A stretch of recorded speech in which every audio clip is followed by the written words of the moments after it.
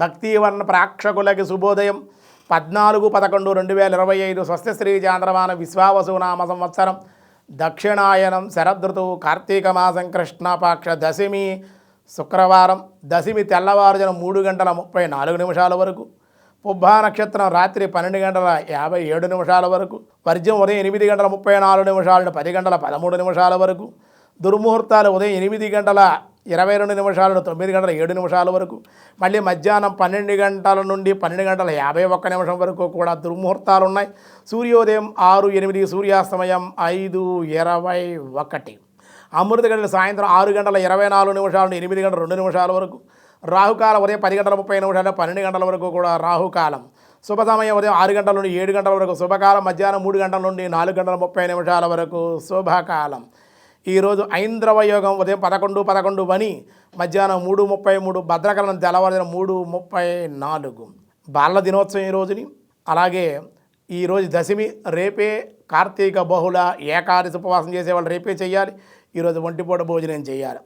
దినారంభ చక్రంలో ముందుగా మేషరాశి. బంధువుల వల్ల నిందారోపణలు ఎదుర్కోవాల్సి వస్తుంది. గౌరవభంగానికి కలిగే కొన్ని కార్యక్రమాలు జరిగే అవకాశాలు కొంచెం జాగ్రత్తగా ఉండాలి. వృషభ రాశి వారి మానసిక విచారం, రుణదాతల ఒత్తిడులు అధికంగా ఉండే అవకాశం. మిథున రాశి వారు చేసే పనిలో స్వల్ప అవరోధాలు, అధిక శ్రమ అనంతర లాభాలు. కర్కాటక రాశి స్వల్ప ఇబ్బందులు, అనవసరపు ఖర్చులు, నిరాశ, దేవాలయ దర్శనాలు. సింహరాశి వారికి రుణములు తీర్చుట, కుటుంబంలో ఆనందము, అధిక ధనాదాయ ప్రయత్నాలు.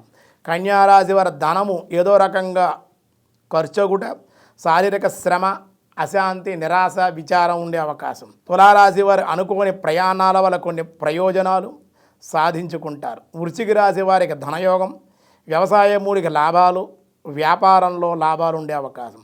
ధనస్సు రాశి వారి విద్యా ఉద్యోగాలలో బదిలీలు, మార్పులు, ఆనందం ఉండే అవకాశం. మకర రాశి వారికి దేవాలయ, తీర్థ, క్షేత్ర దర్శనాలు చేసే అవకాశం ఉంది. కుంభరాశి వారి మాటా పట్టింపులు ఉండే అవకాశాలు ఉన్నాయి. స్వల్ప అనారోగ్య సూచనలు కూడా. మీనరాశి వారి కార్యానుకూలతలు, బంధుమిత్రుల యొక్క సహాయ సహకారాలు పొందే అవకాశం ఉంది.